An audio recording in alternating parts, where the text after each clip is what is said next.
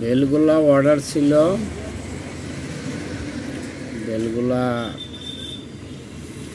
6 ইঞ্চি, 5 ইঞ্চি, 3 ইঞ্চি order ছিল। বেলগুলা দেওয়া হইল এক ভাইকে। তবে আমি নিজের থেকে এই বেলগুলা আমি তারে বাড়তি দিয়ে দিলাম এক